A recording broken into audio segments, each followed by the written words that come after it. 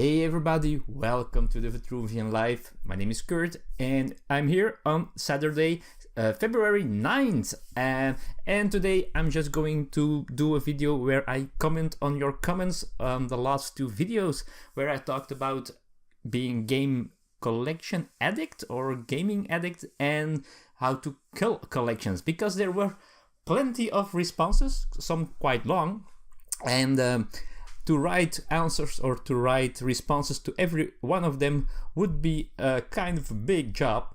I wouldn't mind doing it, but I thought I could use this to respond to your comments through this video, to this episode. So first I did a video where I talked about my collection being too big. That was the first part. The second video was about culling the collection down to a normal size, whatever is normal, or to a manageable size. Now I got a lot of responses. Let's first start with the first one. I'm just going over some responses. First, Dutch Yoda said, "My name is Dick and I'm a board game addict. It has been 30 minutes since my last play session. Currently at over 200 games and growing. Still have one empty wall to dedicate to my collection." So, hi Dick, welcome to this self-help group.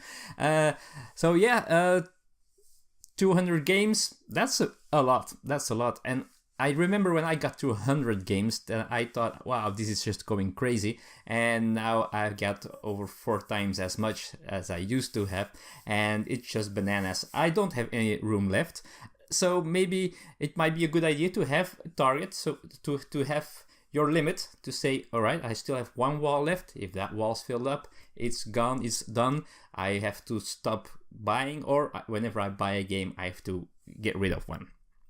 Jan Stuttlings, he said, "I think you have a good point. I feel the same way. Maybe a way to handle the urge is to consume board game media way less, even cutting it. Not good for your channel, but if you don't know about the new stuff, you don't want the new stuff." True.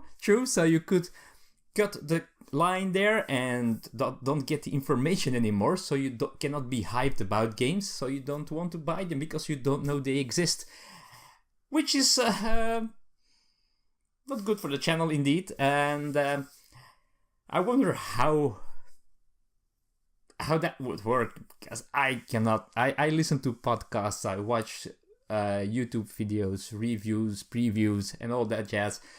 And maybe I should cut down on it a little bit. And maybe if I don't know about certain Kickstarters, for example, I wouldn't even mind, because I wouldn't know. Yeah, that's a great answer, but I hope everybody still stays subscribed to my channel anyway. We have Brew Geek, who wrote, "I've reached a point in life where I finally have enough disposable income to spend on fun things like games. I always loved games and I have a huge collection, but nobody in my family likes to play. I also love painting miniatures. I have 3 Age of Sigmar armies and have never played a single game, but it's not for lack of interest. I got them because I loved the figures and enjoyed assembling and painting. I've started thinning my collection and focusing new purchases on games that I can play solo or that play well with just 2. I'm definitely hooked on games for life. They keep me out of trouble, and the miniatures gives me a creative outlet as well." So that's also cool. So yes, you have disposable, I guess it's disposable income. So who would stop you from buying things that you like? And even if you buy them for the miniatures and you want to paint them, if that's your thing, perfect. You have something to do. It keeps you out of trouble. Perfect. Maybe it's true. It keeps you out of trouble. It keeps you busy. It keeps you away from doing other things, right? And that's cool. And then focusing on the games that you really can play. Solo games, maybe 2-player games if you are a couple.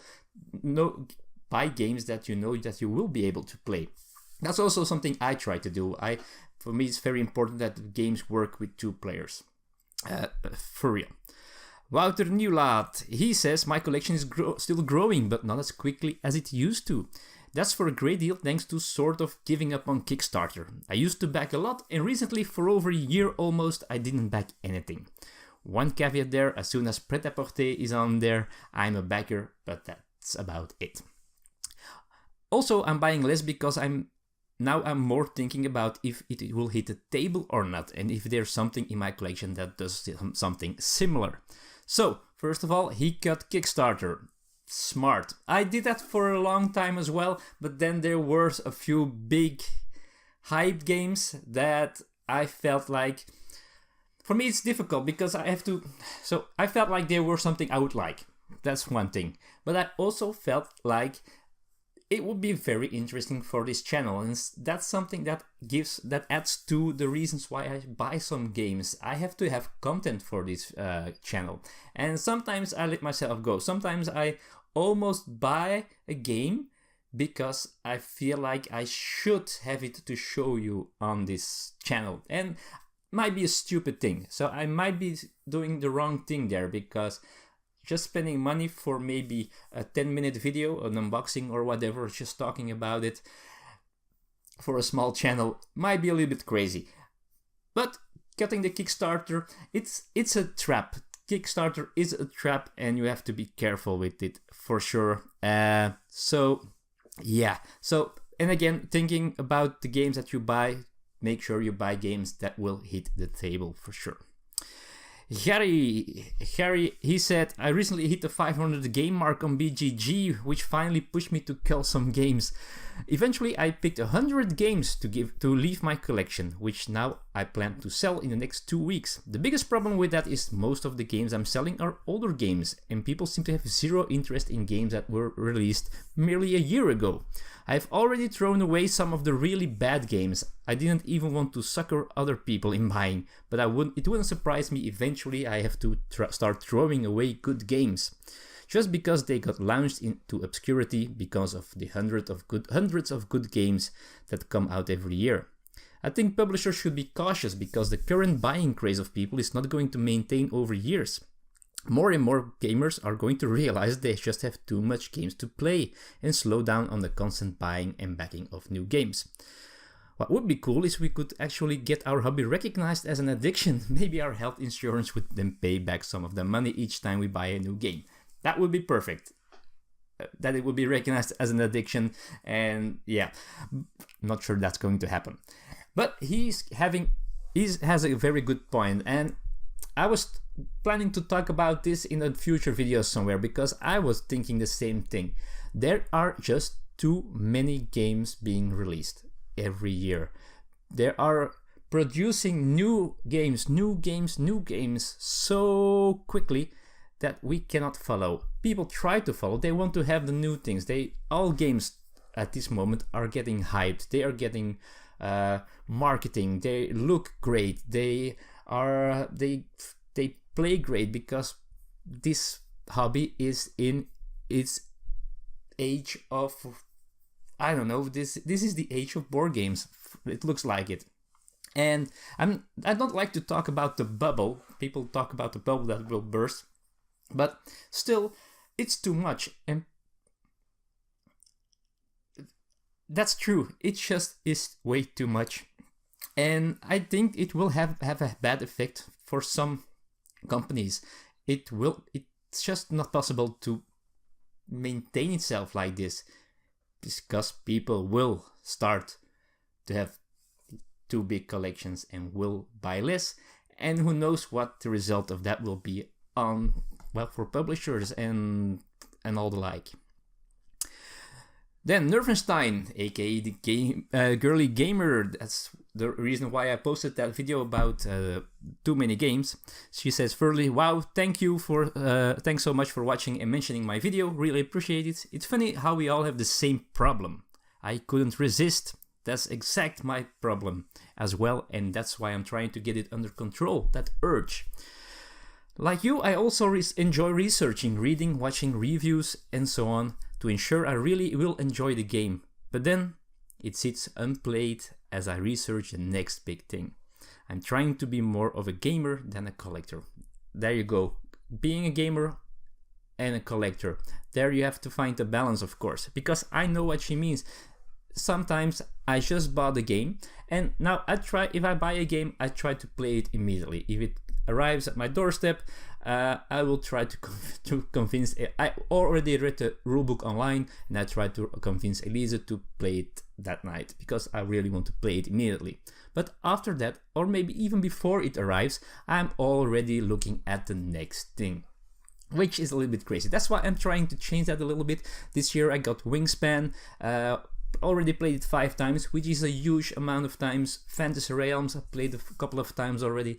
So I try to get those new games, getting to play them more, and in the meantime trying to play some good and old ones that haven't hit the table for a while.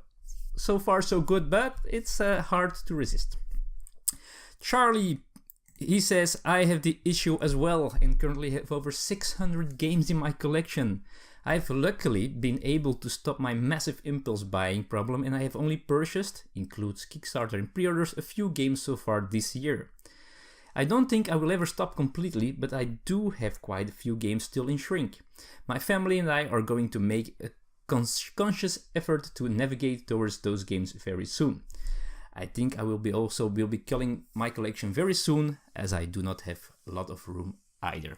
So you see, I'm not the only one, we are not the only ones. And as he says, I'm only purchased a few games so far this year. But a few games, it's only February. So it's early in the year. So only a few times 12 will still be a lot. And so it's more difficult than it looks. So I wish you good luck with the culling and with trying to get those games in shrinks played soon. So I think this is going to be a long video, which is okay. It's not a problem. Let's continue. Let's go to the next video. So the video about collection culling had a few responses there as well. So let's go over them as well. So Wouter Nieblatt, he said, curious as to what you will be culling. Maybe there will be some I'm interested in buying. So far I haven't got rid of many. I donated some to a thrift shop once, but I'm pretty sure they didn't sell them, but threw them away or so because I never saw them in the shop. So I wouldn't go that way again. Otherwise, I have no idea because shipping is a pain recently, as you mentioned. Maybe donate them to a board game store to sell second hand. So Wouter, he tried to do it through a thrift store and he didn't even see it on the shelves. Maybe they were interested themselves and took it home with them. Who knows? But I'm not sure what they do at thrift stores. And I know thrift stores are not that great of a thing here in Belgium. It's not like sometimes you see people on social media who found things that I cannot even imagine people leaving in a thrift store. So, and I never stumble upon those games, but it's sometimes just bananas. I know I got a friend, and that's in Belgium, who has 2 or 3 copies of Hero Quest that he got for so cheap that you couldn't even imagine. I've never had the chance of finding something like that in a thrift store. Donating to a game store sounds a little bit crazy, not crazy, but a little bit weird in my opinion. To sell them second hand, just doesn't feel right for me. So the donating part, okay, but to a shop, I'm not sure. But okay, but it's whatever suits you, you can do it. Charlie, he also replied to this video. He says, when I lived in the US, I would post up on BGG to sell a bunch at a time, but the person had to come to get them. Luckily, I lived in an area that had a lot of access to players. I also sold some at the time via eBay, sold some to members of my play group, or donated them to my local store. Now that I am in Japan, I just sell them to my play group or donate them to the local store. It is just not feasible to ship out Japan, as it tax on more than $50 to the cost, and in most cases the shipping will cost more than the game. If I didn't have a game store nearby, I don't know what I would do beyond selling to my playgroup. So selling to your playgroup is an option as well. And I know because I got a response on this video by Yuri, who is someone of my playgroup. And he's been eyeing my copy of Star Wars Rebellion for a while now. He knows that I'm doubting if I should keep it or not, because I don't get to play it because it's a very long game. I love the team, I love what it does, I love the story it tells. I've been doubting to sell it, and he reminded me again after this video to say maybe it's time to part with your copy, because he really wants to have it. I'm thinking about it, Yuri, I'm thinking about it. So Loki says, so far only sold it locally, coming to a point I will limit my collection as well. But I'm very, very selective about buying games, so not many games I am not willing to play anymore, really practically none. Also, where in the Netherlands you live. I work for a Dutch company and I'm visiting the Netherlands usually at least once a year. So I don't live in the Netherlands, I live in Belgium, which is close by. I live close to the border of the Netherlands though. So if I have to ship something to the Netherlands, I can go over the border and send it there. So that's cool for me. That's a good thing. So it looks like you're very selective on buying games. So that's good. That's very good. That's the way it should be. You should be selective and should be very smart. Which games to buy and how many and so on. Sarah, she said, same problem here. The Calyxes are overstuffed. Sometimes I'm selling them via Facebook or give them away to friends or family, but it remains a bit out of control. Yeah, so I've done the Facebook thing as well. So selling their Facebook groups where you can sell your games. It's a great way to do so and it works. But then it is all the cumbersome sending it to the... You have to have empty boxes to put those things in, to put it safely in there. You have to go to the postal office. You have to send it and all those things. And sometimes it's difficult to manage if you sell a lot of games. But I think that's still going to be the way I'm going to do it. Selling them, most of them, through Facebook. That's probably the way I'm going to do. And B, on the other hand, said sell them on eBay. I would buy some of your games at retail price if you included a signed autograph. Well, that sounds very cool, but I'm not sure if my autograph makes it worth the full retail price. I don't know how to answer to that. If you really want to, then you're very welcome to do so, but you shouldn't have a copy signed by me, I think. Do you? I'm not sure. Jan, he also said in this video, I don't like to sell on the second-hand market, so I give them away if I know somebody who really likes the game. Yeah, giving away, I know it may sound... I don't want to sound like a greedy guy or something like that, but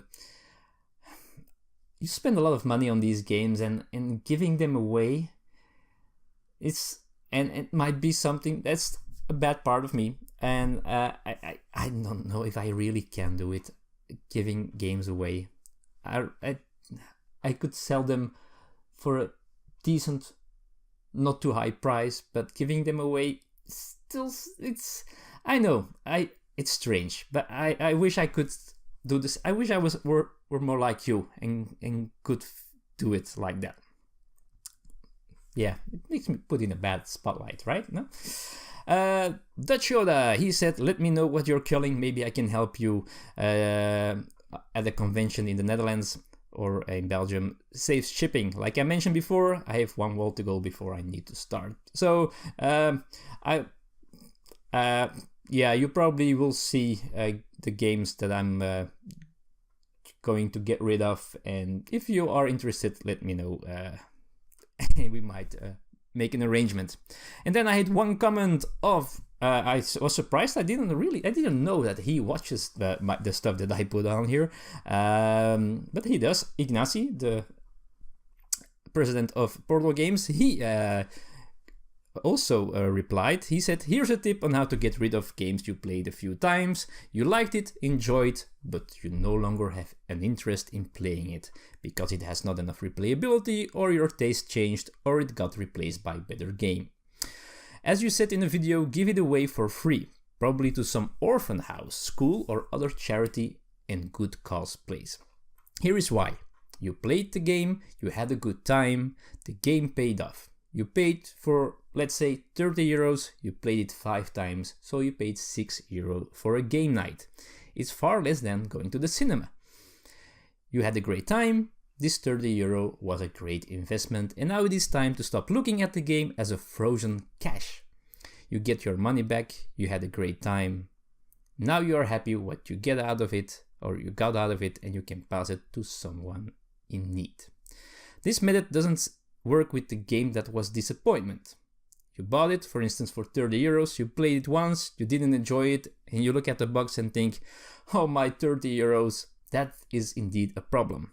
But at least I helped you to clear your mind about good games. They paid off already, let them go, make somebody else happy. And I wanted to end with that comment because that was really an answer that made me think. And yes, if there are games that I played multiple times, they were worth their money and I could make other people happy with it. I could part with them without asking for my money, or maybe for very low price, or donating. I'm not sure where to donate them to, but it's a good, yeah, that sounds pretty good. And for the games that I played once and they disappointed me, or they just don't work with the group, the people I play with, I still might love them, but I cannot play them.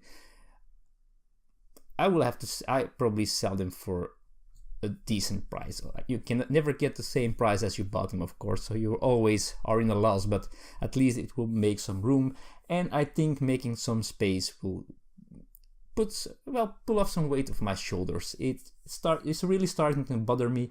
This board game room is cluttered because there's not enough space anymore. There are more games on the way this year, I know that for sure, so I need the room, I need place, and well, I would like to get some money back because it will help me keep this channel going and for the collection to be maintained. There will always be new games that I have to get to put on the channel to play. That might be, but then that's I wanted to do this. I wanted to comment on your comments, so I'm not going to write comments this time. Just I hope you watch this video. Thank you for all your responses. Anyway, it was very nice. Keep them coming. If you have something more to say now on this video, on this video, let me know. Put them in the comments and we can continue to discuss. Very cool. Talking about a lot of games. My top 100 is still well on its way. We're at 70 to 61 in the last one I put up on the channel. So if you haven't watched it yet, go and watch it. Soon there will be the announcement of the contest, so keep an eye on that. Yeah, so let's keep communicating. I am really loving this. I'm really loving all the comments that I'm getting. The interaction with you folks is just awesome, and I really appreciate it. So this was a very long episode, I know, but I think it was worth the time to discuss this some more, and maybe we'll talk about it more and more in the future, in between other episodes. We will see. Anyway, thank you for watching. Have a great weekend. Tonight for me is Betrayal Legacy night, so I'm very much looking forward to that, and you will probably hear what it was like the next episode of the Vitruvian life. Thanks for watching, and see you guys and girls very soon. Bye bye.